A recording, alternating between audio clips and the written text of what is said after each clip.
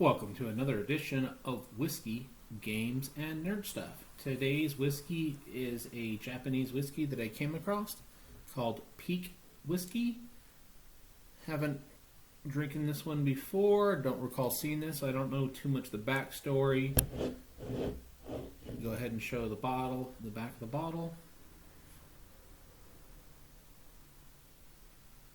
I did have a friend that said that he believed, he remembered seeing something somewhere about this whiskey, reading about it, and that he had thought that this was actually made from a distillery in Japan that normally did sake.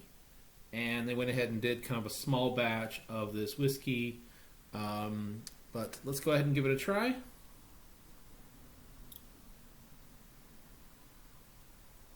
Well, I'm definitely not the best when it comes to the nose of these things, but I can definitely tell a hint of sherry, flora.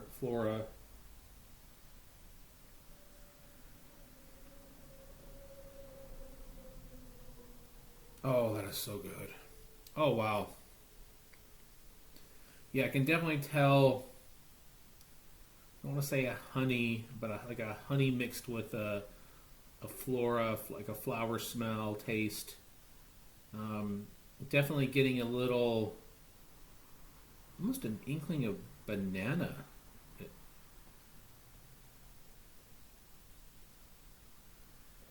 Holy crap, that is good. So, usually when it comes to Japanese whiskey, I always like the Suntory. Really like Hibiki. Really enjoy Hibiki. This is amazing. This is Peak Whiskey. I'll go ahead and show the back of the bottle one more time. And this is, I could sit and drink this all night long. Oh wow, it smells so good.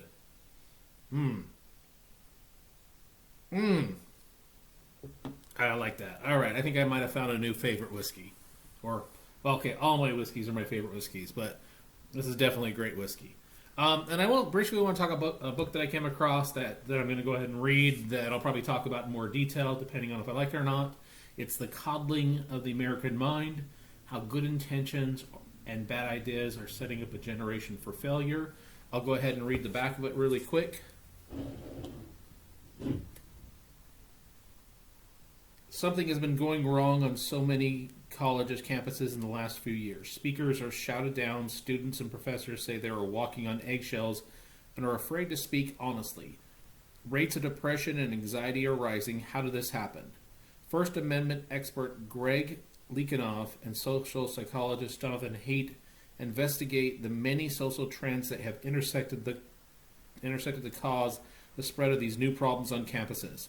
From the rise of fearful parenting to the new world of social media that has engulfed teenagers to America's rapidly rising political polarization and dysfunction. This is a book for parents, teachers, college students, or anyone who's confused by the growing divisions within American society. So I thought this book was really good. This is one of those things that it's always been a topic of conversation with a lot of our friends, where it used to be at one point that you could agree to disagree, you could have different points of views and still get along with one another.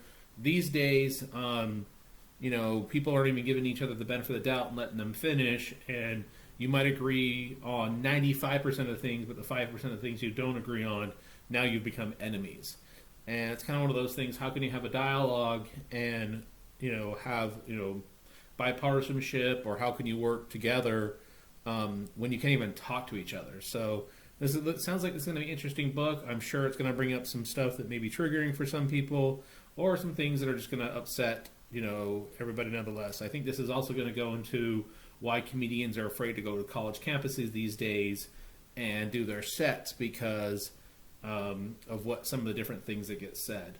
But again, this was just a real quick video on Peak Whiskey and the coddling of the American mind. And until next time, cheers.